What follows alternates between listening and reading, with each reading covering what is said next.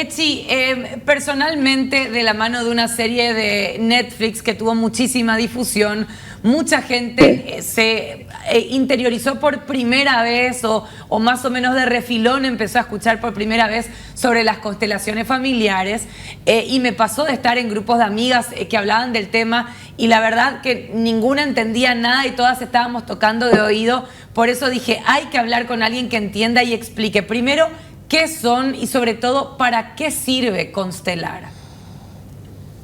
Bueno, ¿qué son constelaciones? En general yo suelo pedir a la persona, te invito y ven a mirar mi trabajo y ahí lo vas a ver. Pero vamos a tratar de expresar algo que tiene que ver con un espacio, que tiene que ver con un tiempo que no es presente, que sí es presente, pero que tiene sonidos del pasado, resonancias. Así que lo que es una constelación familiar es, por ejemplo, una persona viene y es una reunión de más o menos 15, 16, no hago masivo. Esta persona presenta su cuestión o su problema y empezamos a trabajar. Escenografía del problema. ¿Qué es lo que quiere decir eso? ¿Qué es eso de escenografiar un problema? Y sí, la persona me dice, mira, yo no tengo buena relación con mi madre, yo quiero saber qué pasa y por qué. Bueno, aparte de eso, escenografía quiere decir que yo o la persona que está conmigo presentando su problemática va a elegir entre los presentes a aquellas personas que van a representar a miembros de su sistema. ¿Y cómo se sabe a quiénes va a representar una persona, por ejemplo? Bueno, primero a la cliente, seguro. Necesitamos a alguien que represente a la cliente.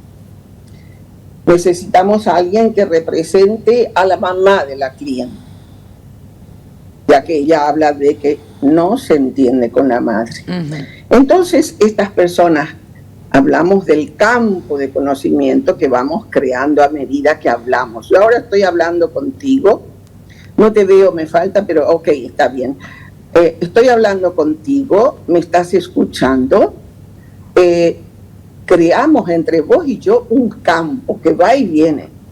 Si lo ponemos en forma de fotos que se hacen especiales para esas cosas, vamos a ver que hay como una onda, hay como unas ondas o hay como unas finas pelotitas que se van a vos y que vienen a mí y se va creando ese campo que llamamos de conocimiento. Son cuestiones físicas, de física cuántica, pero es así, eso es real, eso no es el mayor enemigo de las constelaciones que funciona en muchos lugares, es de creer que esto es espiritismo, creer que esto es algo mágico, creer que esto es algo que alguien se inventa y que mucho cuidado con eso. Se necesita una formación que viene de la psicología.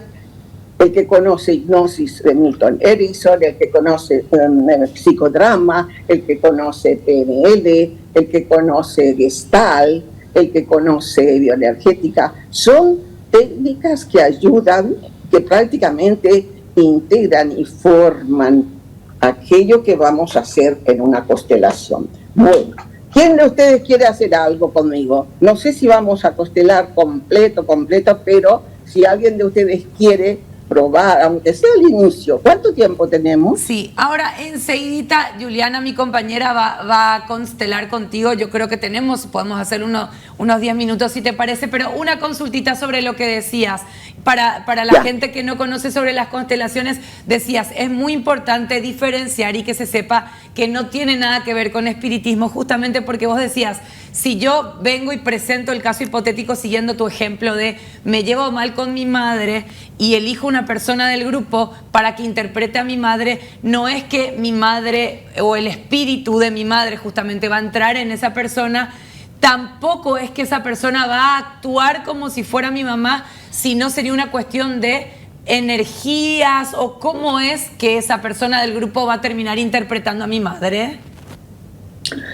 Es algo que justamente no se tiene explicación, solo lo puede explicar aquel que lo ha vivido o aquella que lo ha vivido y que dice, pero ¿cómo es posible? Yo estaba sintiendo todo lo que me dijo esta chica al hablar su padre, mi papá, y cuando me dijo, papá, yo no te acepto por esto y por esto, yo sentí rabia, esa rabia no es mía, esa rabia no es mía. Entonces, claro, aquí es donde se nota y se dice, pero bueno, ¿qué es eso? La persona siente la rabia de aquella persona, de aquel a quien está representando. O siente el dolor, que es lo peor. Esos son representaciones fuertes. Personas que sienten dolores como artritis, como reumáticos, y que los sienten en el momento. Y que me dicen, Echi, sácame esto, por favor, yo esto no quiero. Tranquila, respira profundo, vamos a seguir, ya te voy a... Y la sostengo y la apoyo hasta que termine el trabajo y termina ese dolor. Qué impresionante. Bueno, ahora sí, Julie, vas a constelar con Echi. Voy a ponerme de voluntario. Bueno, Echi, primero que nada, un gusto hablar contigo. Justamente este tema, como decía Denise, salió o se hizo viral a través de esta serie de Netflix. Creo que a todos nos causa cierta curiosidad. Yo creo que todos como personas tenemos ciertos inconvenientes en cuanto a cosas personales, ¿verdad? En mi caso, por ejemplo, es como que yo nunca logro estar tranquila al 100%, independientemente que yo ya haya hecho mis tareas o mis deberes, siempre tengo un exceso de preocupación, lo cual me causa estar muy irritable muchas veces. No sé si, bueno, como ya tenemos el preconcepto de lo que son las constelaciones, que es posible que yo traiga esto conmigo, no precisamente que sea causado por mí misma, ¿verdad? Así mismo, le estás dando eso que dijiste, lo último. Por mí misma, ¿a dónde me lleva eso que me decís? Esto no es causado por mí misma. Me lleva a pensar inmediatamente en qué fue lo que te llevó a sentir eso. Vos, en tu esencia, no sos, pero estás en ese momento. Aparte la diferencia entre el ser y el estar. El ser es la esencia, yo soy lo que soy. Estoy ahora hablando, explicando lo que es una constelación y hablando con Julia y entonces me dice esto. Entonces yo voy y digo, ¿qué llevó a esta niña? ¿Cuándo? Y vamos a la infancia inmediatamente. Cuando esta niña empezó a sufrir esa ansiedad, esa angustia, esa preocupación, eso que la pone incómoda, porque cree que no termina de hacer las cosas, o cree que falta algo, o cree que, ¿qué es lo que cree? Entonces, vamos a una niña de 4 o 5 años, y allí es cuando en mi primera consulta, porque yo hago 4 citas, entonces en esas primeras citas, yo hago esta charla con ella, Es una charla que posiblemente, en general, sucede, la llevo a ese momento. Además, tenemos el genograma en el cual vamos a ver a papá, mamá, después al abuelo, a la abuela, de ambas partes. Vamos a ver cuántos hermanos hay, en qué lugar está ella. Julia, ¿en qué lugar? ¿Tenés hermanos? De mamá y papá soy única. De parte de mi papá tengo 6 y de mi mamá 1. Bueno, o sea que es una familia ensamblada, pero vamos a quedarnos con la familia, la una que es el sistema tuyo, que sería el sistema mi papá y mi mamá y yo, ¿ok? Sí. Bueno, hubo muertes prematuras en tu mamá, por ejemplo, tu mamá o la tía, las hermanas de tu mamá, o incluso la abuela. Mamá de mi mamá. Cuando ella era muy chica, tenía 7 años más o menos.